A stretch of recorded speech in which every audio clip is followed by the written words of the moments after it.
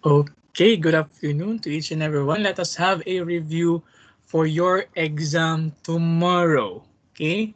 So ang i-review ko lang is some parts of the exam and then the definitions. Hindi ko na yun i-discuss, kayo na bahala mag-study sa definitions na diniscuss natin during these midterms. Okay? So let us have the item number 1. Okay? Sige. Before that one, let us have this first.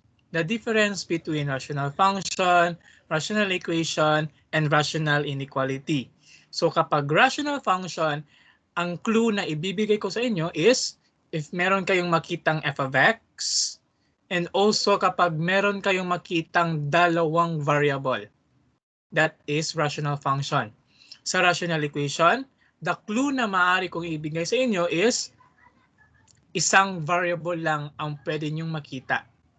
And that is commonly x lamang.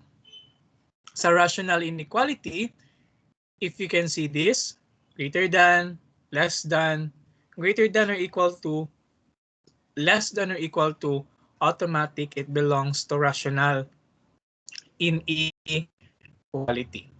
Okay, so question number 1, which of the following does f of x is equal to x squared plus 10 all over x plus 2 belong? So, as you can observe, meron dyang f of x. So, kapag sinabing f of x, that belongs to rational function. So, hanapin si rational function, hindi rationality function. Click rational function, that is the answer. Okay, let us proceed. Question number 2. Which of the following does x squared minus 9 all over 4 minus x is equal to 6 over 2x belong? Now, as you can see, wala tayong f of x. So, hindi siya rational function. Wala din tayong dalawang variable na kikita. That means hindi din siya rational function. Now, observe properly, sa itong example natin na ito, isang variable lang ang present. So kapag one variable lang ang maaari mong makita sa given, that belongs to rational equation. So hanapin si rational equation and that is the answer. Question number 3. Which of the following does 1 over x plus 1 greater than 0 belong? Obviously, that is rational inequality. Do not click inequality. Yes, it is an inequality, but this is a special type of inequality because meron tayong fraction. So, click rational inequality. That is the right answer. Question number 4. Which of the following is the value of x in the equation 2 over x minus 5 equals 6 over x plus 5? So, ito yung given natin. Kapag ganito lang yung given natin, isang part lang sa left side, isang part lang din sa right side, the technique that I can teach you here is using the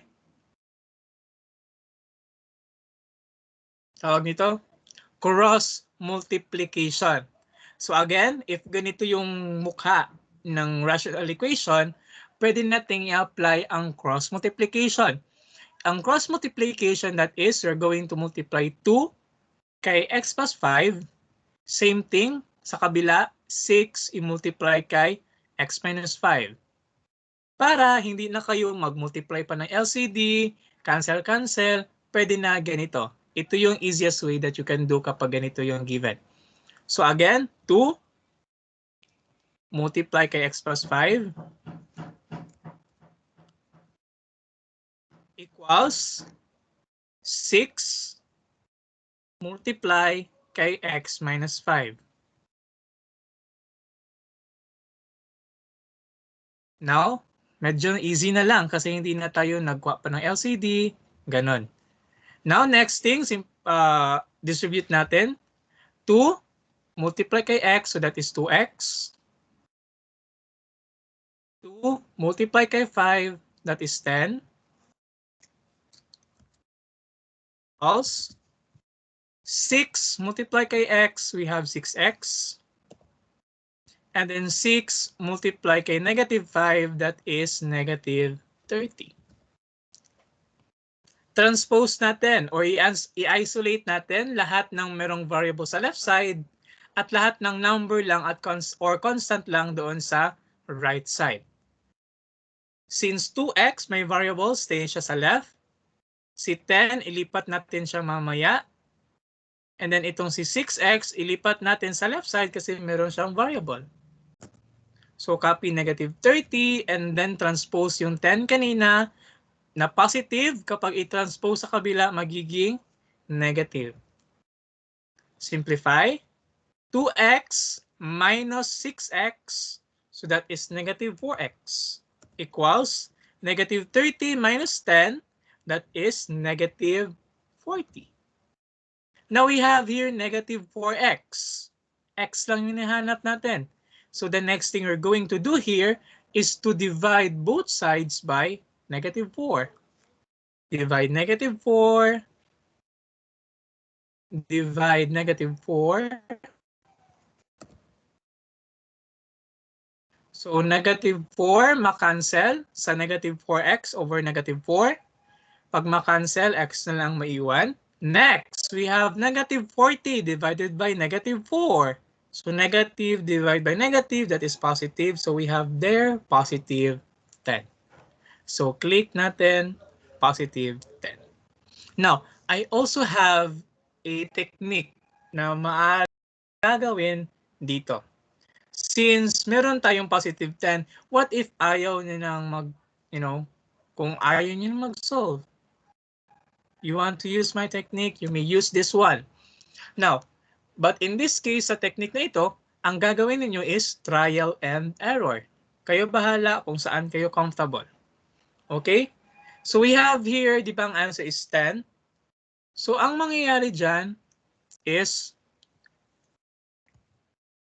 hahanap kayo dito sa choices na kapag i-substitute dito sa ating given, magiging same ng kanila ang answer nila later on kapag lowest term. So copy yan. Let us say trial and error. Kinuha ko is 10. So kinuha ko din is 10. Simplify natin yan. So magiging 10 divided by 5, 10 minus 5, sorry, that is 5. 10 plus 5, that is 15. Simplify to lowest term. 2/5, that is still 2/5. Now 6 over 15, pwede pa yan siyang masimplify. To simplify, divide natin both numerator and denominator by 3. 6 divided by 3, that is 2. 15 divided by 3, that is 5. So same na sila. Okay? So the correct answer here for question number 4 is 10. Let us proceed to the example number 5. Sa example number 5, ganun pa rin ang question. Which of the following is the value of x in the equation? 3 over x minus 5 is equal to over x plus 1. So again, ang basta ganito lang yung figure na given sa rational equation, you may use the cross multiplication. Pero this time, let me show to you yung technique na ginawa ko bago lang, which is yung trial and error. Later on, ipakita ko din yung ating cross multiplication. So in this case, sa trial and error, if you're not confident in answering sa cross multiplication, so ang gagawin mo lang is, pili ka, let us say 8. So kung 8,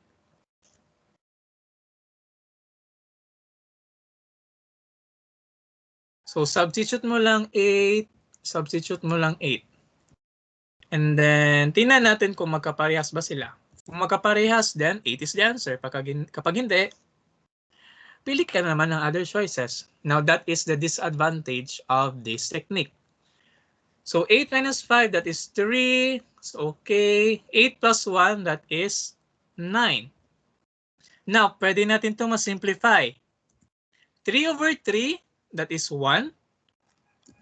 9 over 9, that is 1. Therefore, nag-equal ang 1 and 1. That means 8 is the answer here. Now, if you do not want to use the technique, pwede nyo rin gamitin, again, yung cross multiplication. So in this case, you're going to multiply 3 kay x plus 1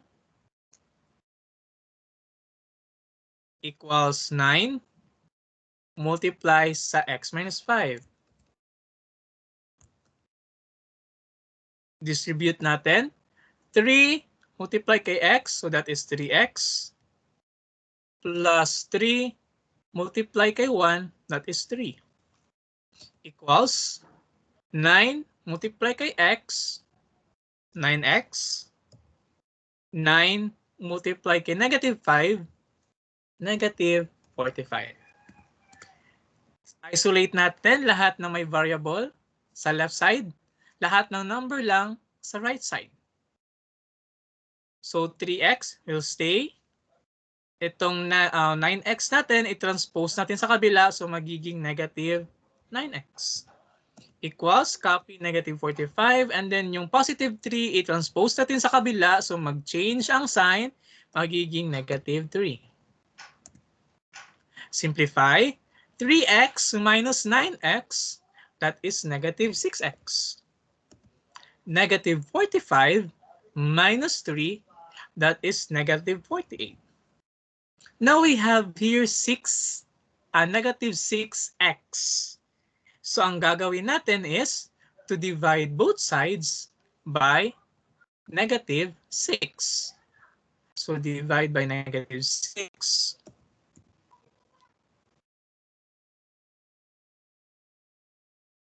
Divide by negative 6.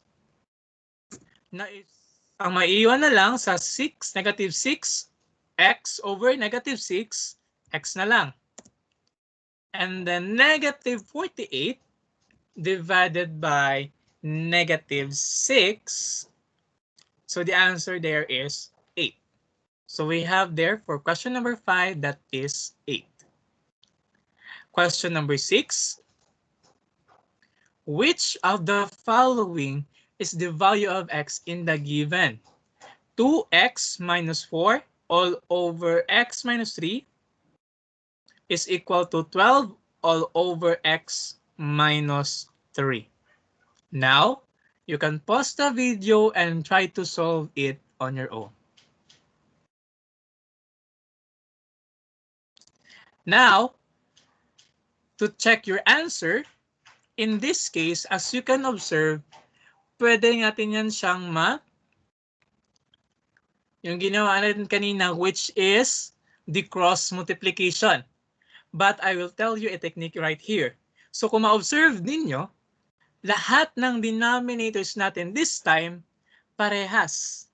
X minus 3, x minus 3.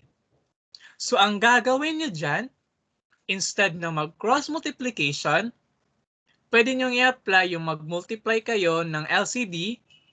So ma-cancel ang x minus 3. But the easiest way to do this is, kapag ma-observe na ninyong same na sila ng denominator, ang gagawin nyo lang is to eradicate that denominator and then copy lang kung ano yung numerator. So 2x minus 4 equals 12. Okay?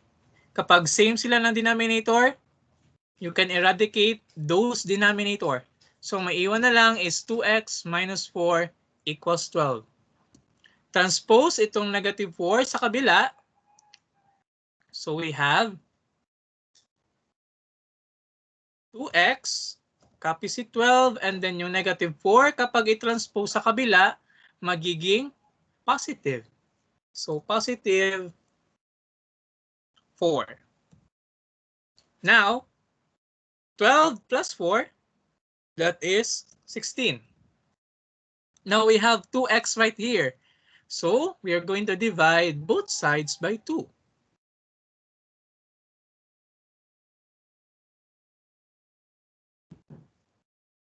Simplify. 2x divided by 2, so that is x. 16 divided by 2, that is 8. So the answer right here is 8.